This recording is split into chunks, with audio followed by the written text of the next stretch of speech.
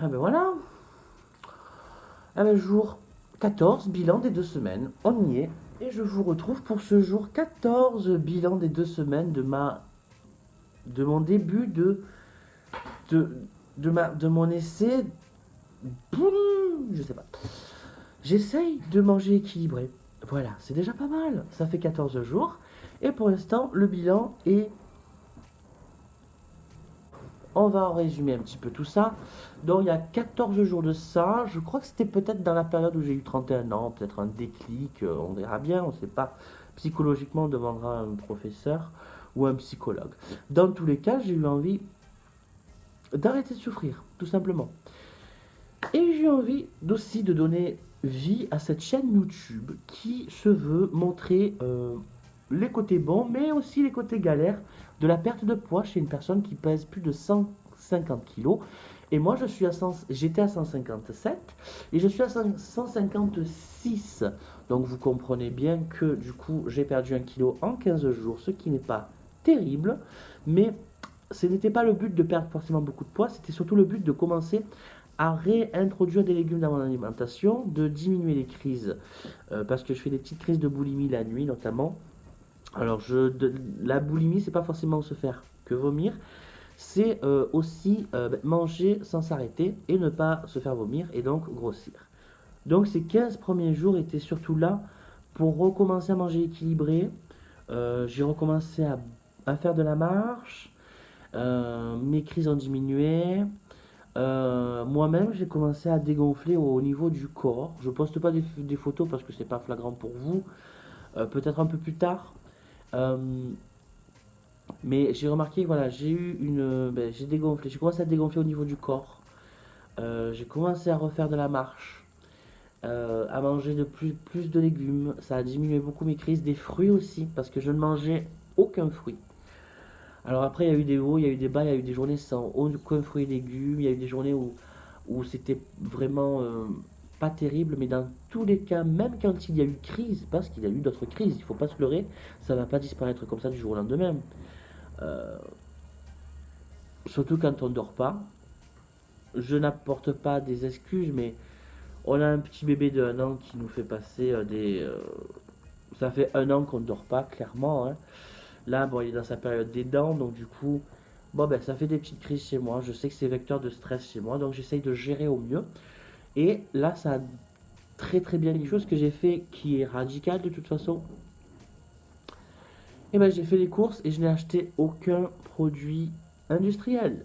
Dans le sens où, bon, tout ce qui est produit plat préparé, ça j'en ai jamais acheté parce que je n'aime pas, c'est de la pure. J'allais dire un gros mot, c'est vraiment pas bon, hein, clairement, à tous les niveaux, même au niveau du goût, hein. Mais par contre, tout ce qui est galette, alors là, mais alors là, je pense que c'est une passion dévorante et écœurante, parce qu'en fait, c'est vraiment dégueulasse aussi en réalité, surtout quand on goûte les recettes faites maison. Ne serait-ce que le cake. Vous avez déjà fait un cake maison, mais le goût qu'il a, c'est un truc de fou, et surtout qu'on est rassasié très très vite, contrairement au cake industriel, où finalement, avec tous les additifs qui sont rajoutés, ben, on n'arrête pas, tout simplement. Donc, cette vidéo, c'est un peu le bilan du jour 10 à 14 parce que j'ai pas eu le temps de faire d'autres vidéos parce que j'ai eu une vie de fou. Il y a eu la rentrée de ma fille. Il y a eu mon fameux rhume que j'avais la semaine dernière qui est parti heureusement parce qu'il m'a mis à terre. Et il y a eu beaucoup de projets et la gestion de la maison que j'ai repris aussi parce que je suis papa au foyer pour l'instant. Je suis en train d'ouvrir une entreprise dans la photographie, donc je ne vais pas faire un vlog de quelqu'un qui ouvre une entreprise dans un auto-entrepreneur, ça c'est à côté. Mais bon voilà, donc j'essaye de faire un petit peu les choses au mieux, de les organiser au mieux. C'est pas évident, mais on reste dans le combat. Donc ces 4 jours, tout simplement, ça a été un approfondissement de la première semaine. Il y a encore énormément de travail, ça ne disparaîtra jamais. Mais j'essaye de ne pas me mettre une pression infinie. De toute façon, pour ceux qui savent pas par quoi commencer, commencez par la base des bases. Diminuer les quantités. Diviser. Pour mieux régner sur vous-même. Diviser pour mieux régner sur vous-même. C'est vraiment un peu le secret, j'ai l'impression. Quand on mange par exemple que des pâtes ou que des frites tout le temps, comme ça a pu l'être, hein, parce que moi j'ai été éduqué à l'italienne, c'est un jour pâtes, le lendemain pâtes et le lendemain pâtes. Donc je dis pas que les Italiens mangent que les pâtes, mais c'est vrai que on mange des choses au point de vue glycémique assez sympa, hein. Mais bon, donc du coup j'étais beaucoup habitué à manger ou des pâtes ou des frites.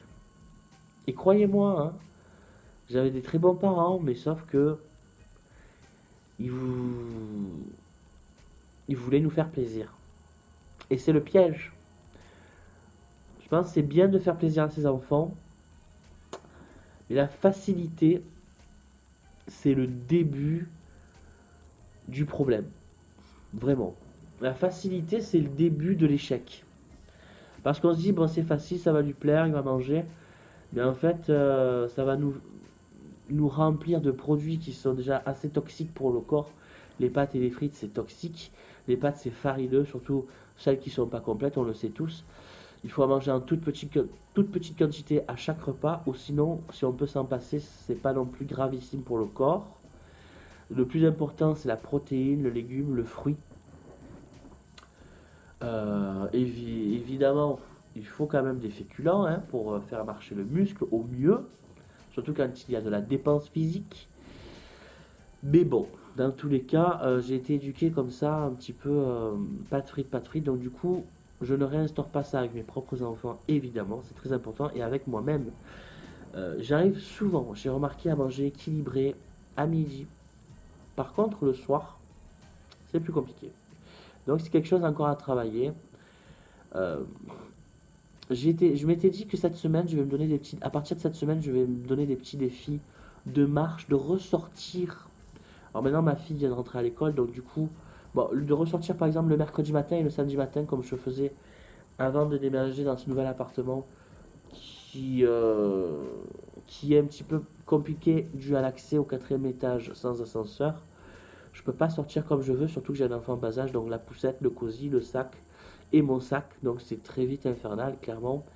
Donc du coup, je vais quand même me faire violence pour au moins sortir 2 fois par semaine et le reste de la semaine. Bon, je sors tous les jours pour aller chercher ma fille à l'école, mais c'est un peu galère pour l'instant. C'est un peu galère, donc je vais instaurer ça pour l'instant 2 fois par semaine, de faire des sorties, des balades avec mon fils du coup, et puis après tous les jours faire un petit peu de sport. J'ai vu des vidéos pas mal sur YouTube. Si vous avez des propositions de vidéos gratuites, je précise, parce que pour l'instant, je ne suis pas en moyen de pouvoir me payer des trucs de coaching ou des choses du genre. Et puis, au final, on fait un peu la même chose, j'ai l'impression, même dans les trucs payants. Bon, c'est peut-être mieux, c'est un petit peu mieux monté en vidéo. Il y a peut-être des choses un peu plus claires, mais bon, le message reste le même au final. Bon, dans tous les cas, cette période du jour 10 au jour 14 ont été bénéfiques. J'ai pas perdu grand-chose, hein. J'ai perdu 1 kg. La première semaine, j'avais perdu 1,2 kg, donc ça veut dire que j'ai repris 200 grammes. Je suis en train de